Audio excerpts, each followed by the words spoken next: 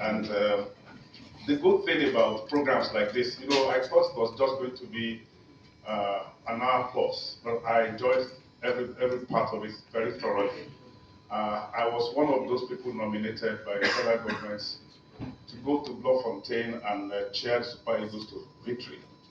So we only managed to cheer them to a draw. And I took permission to stay back some few days, and my plan was to fly straight back to Abuja before I was deliberately asked to come here and address you. So I am seeing a number of faces of some of our officers who have been promoted, and I want to start by extending felicitations to so many of you.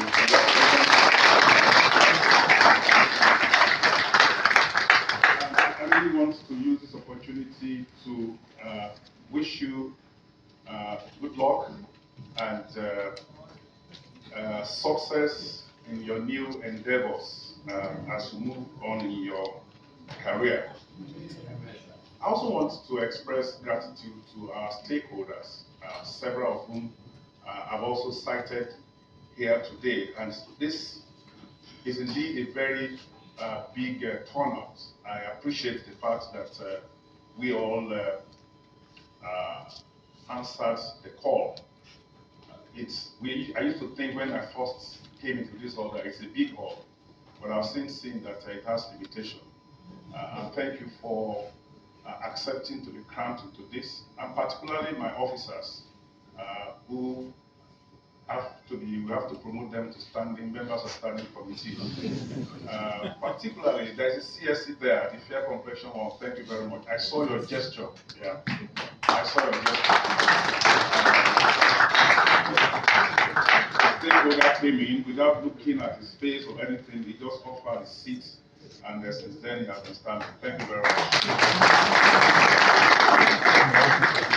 Now, the importance that we attach to this cannot be overstated. More than 50% of letters, emails, complaints that I receive and I deal with on a daily basis has to do with the management of overtime cargo. And they come in different forms. And it's time, sometimes we manage to sort out this within our internal processes.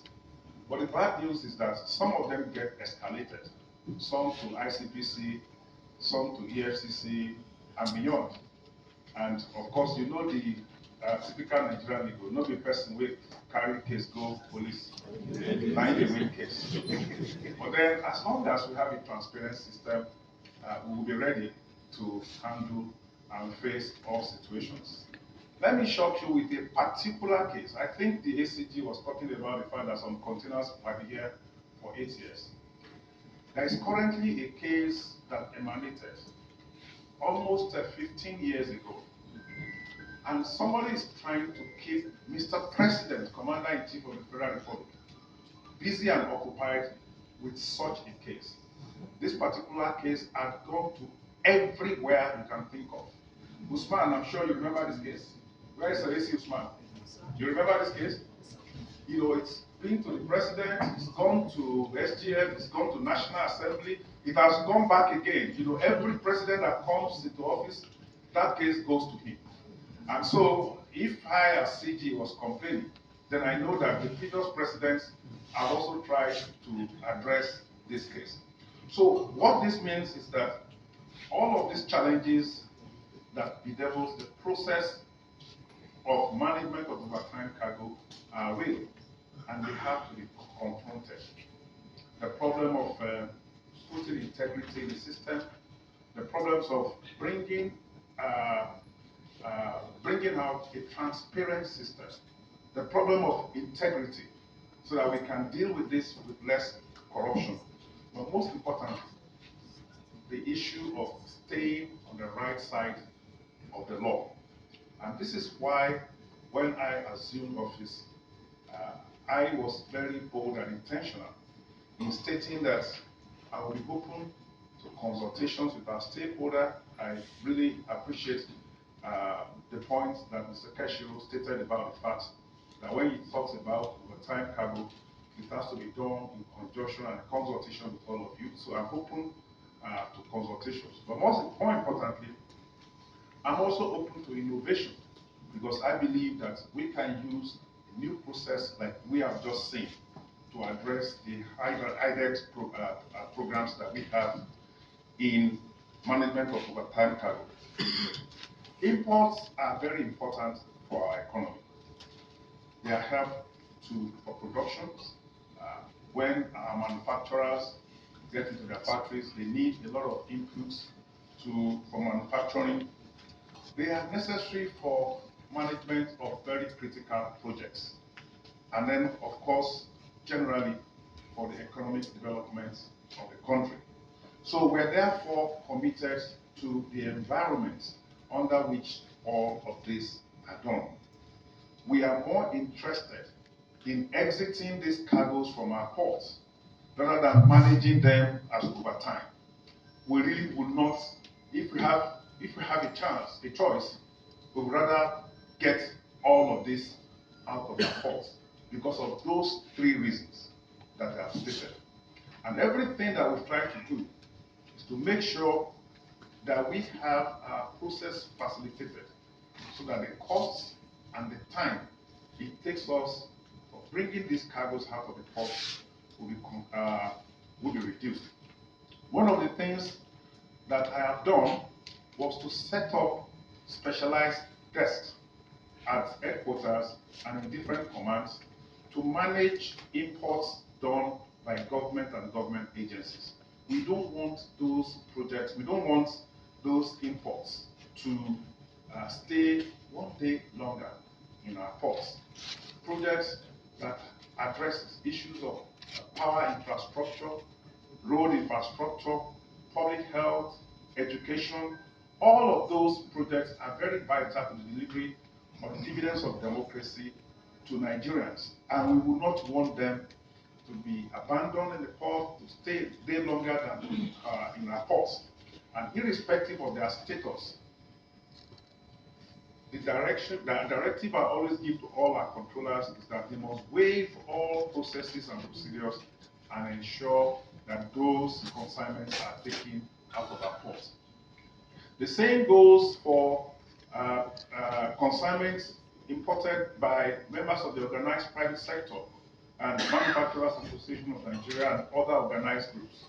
We know that through these imports, they reflect our economy, and we don't want them to be delayed in our port.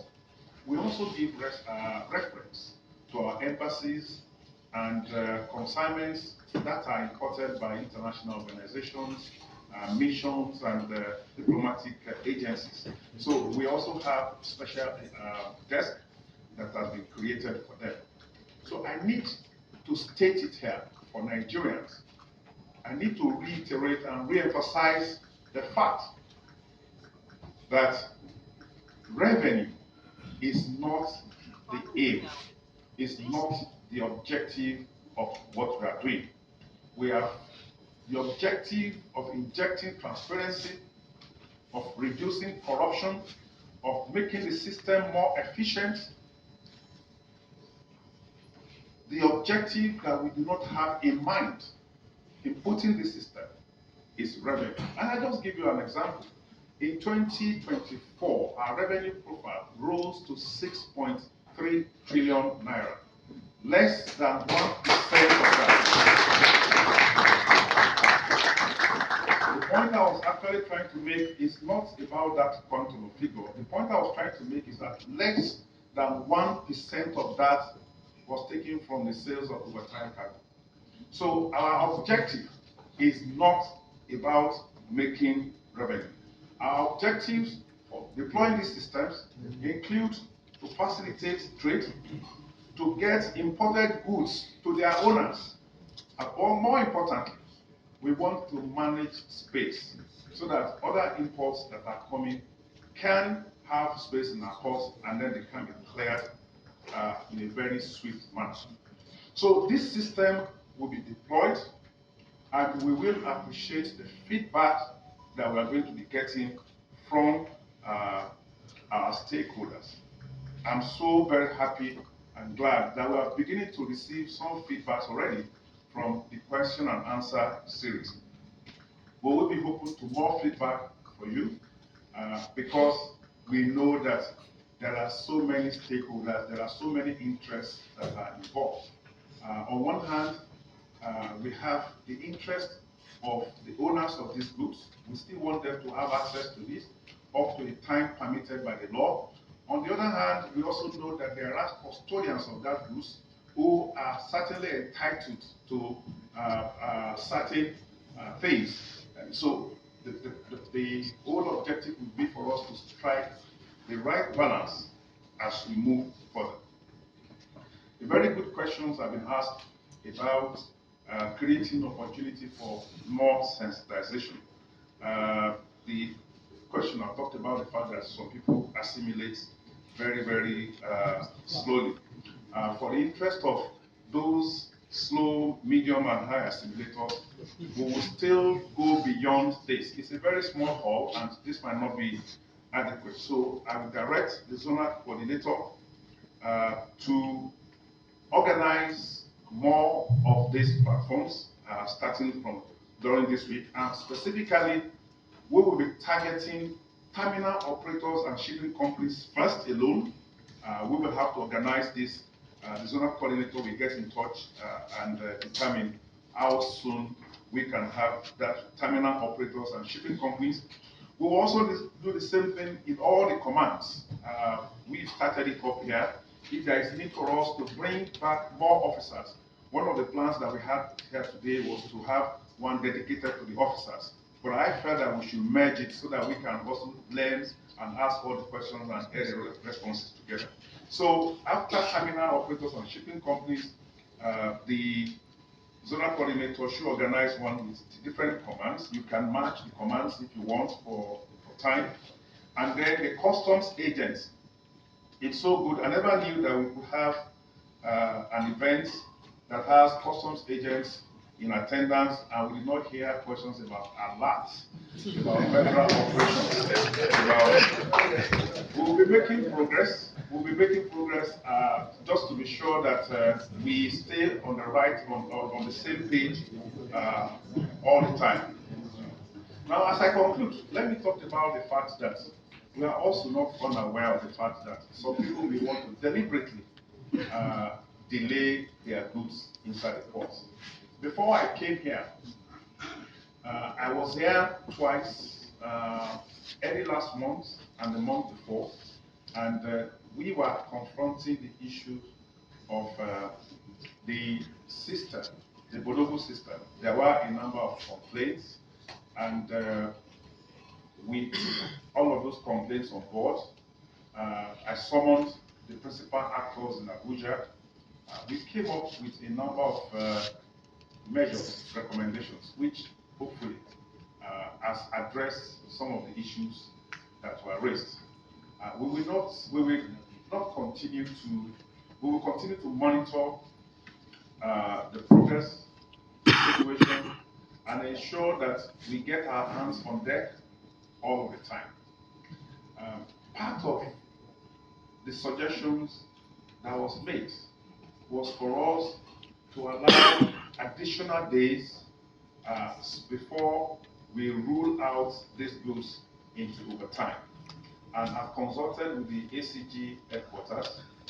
We will discuss this in consultation with the legal advisor, and we will see what we can come out with in terms of allowing some additional days concession to address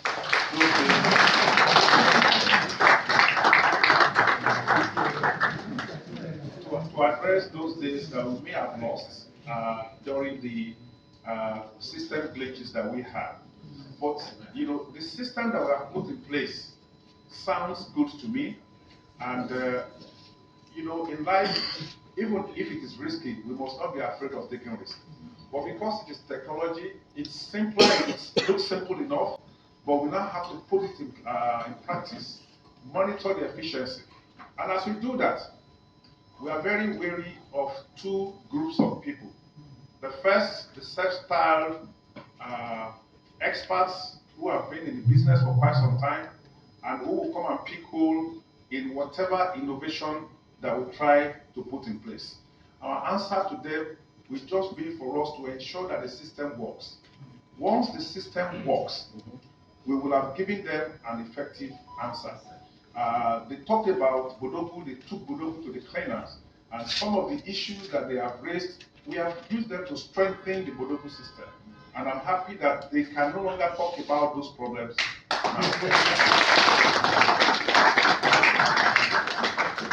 The second group of people, we know them, are criminals who will want to exploit this system to their advantage.